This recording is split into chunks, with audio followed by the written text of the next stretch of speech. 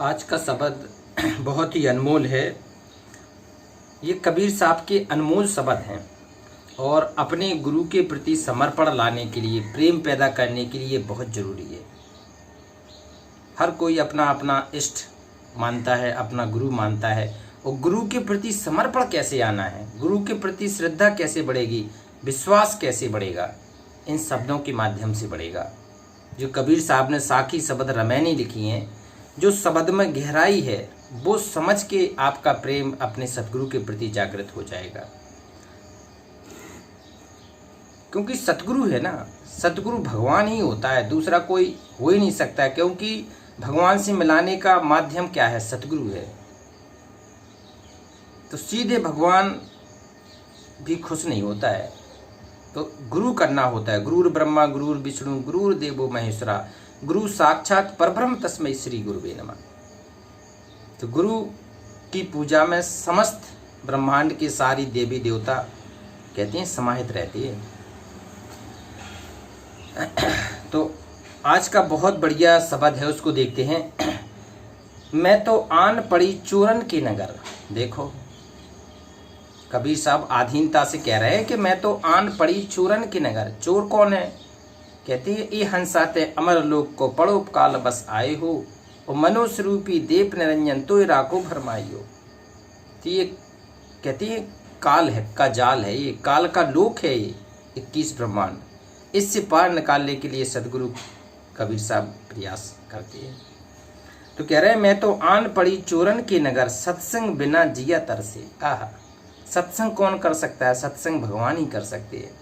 सच्चा सतगुरु ही सत्संग कर सकता है, दूसरा सत्संग कर ही नहीं सकता है। सत्संग का पूरा सार होता है ब्रह्मा जी के लोक के बारे में बताना, विष्णु शंकर भगवान, गणेश भगवान, और पूरी कुंडली जागरण कराना, उसकी कहते हैं मूलाधार से लेके सहस्त्रार तक की यात्रा करा के हैं, और ऊपर सतलोक ले जाना, ये सतगुरु ही कर सकता है। तो कहते हैं बिन सत्संग मेरा जिया तरसे। आह, तो आज हर उस साधक का, हर शिष्य का ये होना चाहिए कि हे मेरे पूज्य गुरुदेव, मुझे सत्संग सुनाइए मालिक। सत्संग बिना मेरा जिया तरसे। सत्संग के बिना कितने अधूरे हैं हम, ऐसी आधीनी आनी चाहिए। कहते हैं इस सत्संग में लाभ बहुत हैं, तुरंत मिलावे गुरु से। इस सत्संग एक माध्यम होता है अपने सतगुरु से मिलाने का। कहते हैं जब शिष्य में उमंग होती है ना, साधक भगत में उमंग होती है ना, तो उसको कोई रोक नहीं सकता है, वो तुरंत दौड़ के सतगुरु के चरणों से लिपट जाएगा। प्रेम कितनी पराकाष्ठा है गुरु और शिष्य की। तो कहते हैं इस सत्संग में लाभ बहुत है, बहुत तुरंत मिलावे गुरु से, और मूर्ख जन कोई सार ना जाने। मूर्ख नहीं समझ सकता है ये गुरु और शिष्य का नाता। कहते हैं शिष्य का जो समर्पण होता है अपने गुरु के प्रति, मूर्ख नहीं समझ सकता। इसलिए कबीर साहब कह रहे हैं मूर्ख जन कोई सार न जाने, सत्संग में अमृत बरसे। वो सत्संग की जो धार है उसमें अमृत बरस रहा है। क्योंकि सतगुरु का एक एक वचन भगत के लिए, शिष्य के लिए, कहते हैं अपने परमात्मा को पाने के लिए वो सर्वस्व न्यौछावर कर देता है अपने सतगुरु पर। तो कहते हैं सत्संग में अमृत बरसे। तो जो सत्संग गुरु जी सुनाते हैं वो अमृत की धार होती है। वो एक एक शब्द शिष्य के लिए अमृत तुल्य होता है। वो कहते हैं शब्द सा हीरा पटक हाथ से, मुट्ठी भरी कंखर से। देखो कबीर साहब लिख रहे हैं शब्द सा हीरा, शब्द सा हीरा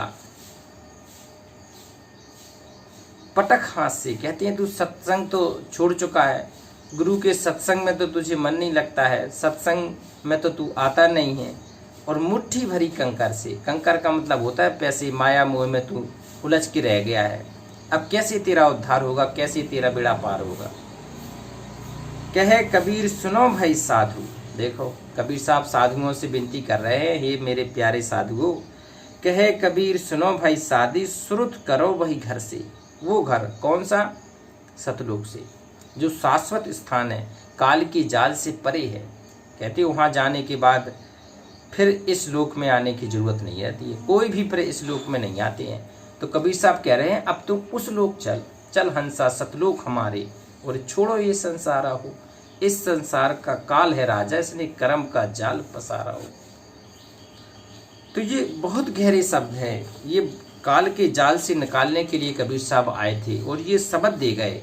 अब इन शब्द को आधार बना के हम दोबारा कबीर से, अपने सतगुरु से प्रेम करके इस काल के जाल से निकलने का प्रयास करेंगे। और अगर वास्तव में भक्ति करने की इच्छा है, अंतिम सांस तक अगर वास्तव में सतगुरु के प्रति श्रद्धा बनी रही, प्रेम बना रहा, तो वो सतगुरु कहती हैं सतगुरु पूर्ण ब्रह्म है, सतगुरु आप अलेख, और सतगुरु रमता राम है, इसमें मीन ना मेघ। सतगुरु पूरा होता है, उसमें मीन मेघ नहीं होती है। इसमें एक छोटा सा और ऐड करते हैं, जब ते मन प्रतीत भई, देखो कहती हैं जब ते मन प्रतीत भई तब ते अवगुण छूटन लागे, दिन दिन बाढ़त प्रीत नहीं। देखो एक एक चीज़ में बहुत गहराई है कबीर साहब की, वो गहराई हमें अपने हृदय में संजोनी पड़ेगी अपने सतगुरु को आराध्य मान के। कहती हैं जब ते मन प्रतीत भई, कबीर साहब कह रहे हैं कि अपने सतगुरु से इतनी प्रीति लगा लो, इतना प्रेम कर लो कि कुछ अलग रहे ही ना। कहती है दबते मन प्रतीत भई, और तब से अवगुण छूटन लागे। अवगुण ऐसे नहीं छूटते हैं, अवगुण बिना, कहती हैं सतगुरु के शब्दों के छूटते ही नहीं है। अवगुण छोड़ने का केवल एक ही माध्यम है, सतगुरु से प्रेम, सतगुरु के प्रति पूरा समर्पण, आधीनी, सतगुरु का दास बन जाना। तब आपके अवगुण सतगुरु अपनी, कहती हैं पावर से छुड़ा देगा। तो वैसे नहीं छोड़ते हैं, काम क्रोध मद लोभ विसारो, सील संतोष दया सत धारो, मद मास मिथ्या तस डारो, हो ज्ञान घोड़े असवार भ्रम से न्यारा है। तो ये चीज़ें हृदय में आने के लिए सतगुरु से प्रेम जरूरी है। तो कहते हैं जब से मन प्रतीत भई तब से अवगुण छूटन लागे, दिन दिन बाढ़त प्रीत नहीं। कहते हैं ये प्रेम है ना सतगुरु के प्रति, दिनों दिन बढ़ रहा है मेरा, बढ़ता ही जा रहा है, किसी प्रकार की इसमें कोई अवरोध नहीं है। सतगुरु का प्रेम हृदय में, आत्मा में छा जा रहा है। परमात्मा ने आत्मा में स्थान बना लेते, हृदय में बैठ जाते हैं भगवान भगत की। कहते हैं श्रुत निरत मिली ज्ञान जोहरी, आह, क्योंकि परमात्मा का जो मुँह से नहीं बोला जाता, श्रुत निरत से उस सतगुरु का ध्यान किया जाता है।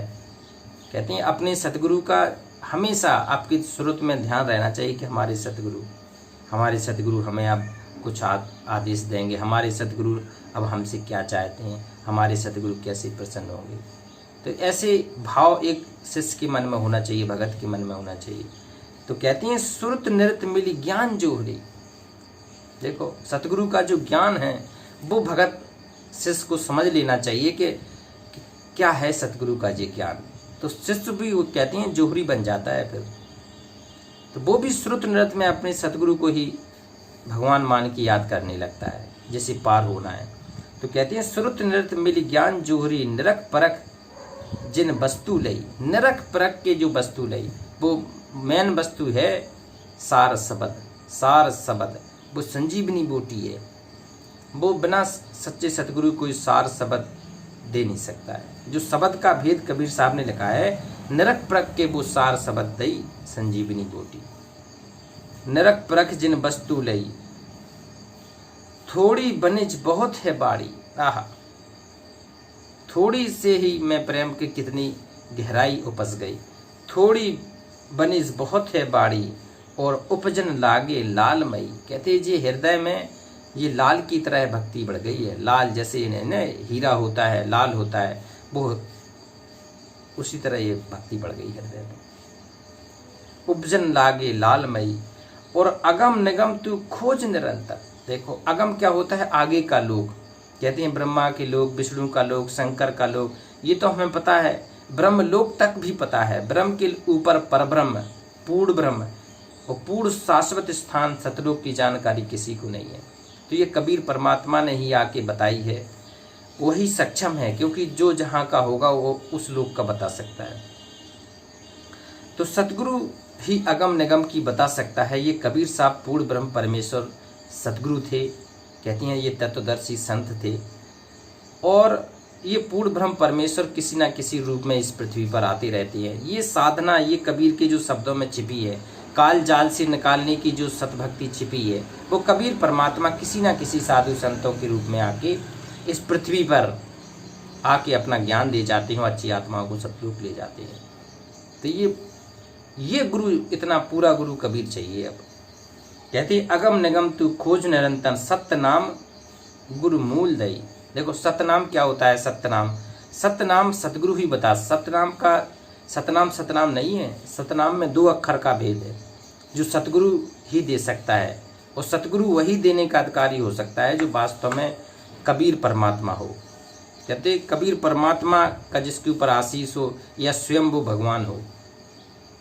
कहते हैं नानक जी ने लिखा है, सोई गुरु पूरा कहावे, जो 2 अक्षर का भेद बतावे, एक लखावे एक तपगावे, फिर हंसा सतलोक को जावे। कहते हैं श्वास उस श्वास में नाम जपो, वृथा श्वास मत हो, और ना जाने इस श्वास का आवन हो कि ना हो। तो ये सत्य नाम का भेद पूरा सतगुरु ही बता सकता है। तो कबीर पंथ में आज 12 पंथ हैं, 12 गुरु भी है। तो सभी से हाथ जोड़ के प्रार्थना है, अगर आपके पास ये सतनाम का भेद नहीं है, 2 अक्षर का भेद नहीं है, तो अपने भक्तों को बता दें। भक्तों को भी चाहिए अब ज्ञान को समझें, इन बातों को समझना शुरू करें कि ये 2 अक्षर का भेद आखिर है किस सतगुरु के पास। कहते हैं पृथ्वी पर एक समय में एक ही पूरा गुरु होता है, उस तक पहुंचना है। अगम निगम तू खोज निरंतर, सत्य नाम गुरु मूल दई। और कहे कबीर साध की संगत, सच्चे साधु की संगत करना है। सच्चे भक्तों की संगत करना है जो इस साधना को कर रहे हैं। कहते हैं जिनके पास सतनाम और सार शब्द का भेद है, ये पता चला के ऐसे भक्तों की संगत करना है जिनके पास ये मूल ज्ञान है, मूल चीज है। कहे कबीर साध की संगत, होती विकार सो छूट गई। इसलिए कहते हैं कि वो जो विकार थे, हे भगवान आपकी समर्थता से सारे छूट गए। तो ये कबीर ही पूर्ण ब्रह्म परमेश्वर है, और इस कबीर की ही शरण में आके पूर्ण मुक्ति संभव है, शाश्वत स्थान पर जाना संभव है। जो गीता के अध्याय 18 की 66 में कहा गया कि सर्वधर्मान परित्यज माम एकम शरणम व्रज, अहम तो असर पापी विमोक्षामि मा शुच। तू शाश्वत स्थान पर चला जाएगा अर्जुन। तो ये समय है। कहती है संत ना होते धरती पर तो जल उठता संसार। तो सच्चे संत की शरण में आके पहले आपको ज्ञान से ढूंढना पड़ेगा, इन शब्दों की गहराई में उतर के समझना पड़ेगा कि इन शब्दों में गहराई क्या है। जब तक ये गहराई समझ में नहीं आएगी तब तक समझना भी मुश्किल हो जाएगा संतों को। तो नेक्स्ट अभी थोड़ी देर में आएगा जी। अनमोल सारे शब्द है, ये सारे शब्द डायरी में लिख लिए हैं, और सारे शब्दों के माध्यम से आपको ये चीज़ें बताई जा रही है। तो आप इसका सुने, विचार करें कि आखिर हमारी भक्ति विधि क्या है और कैसे हम मोक्ष पा सकते हैं।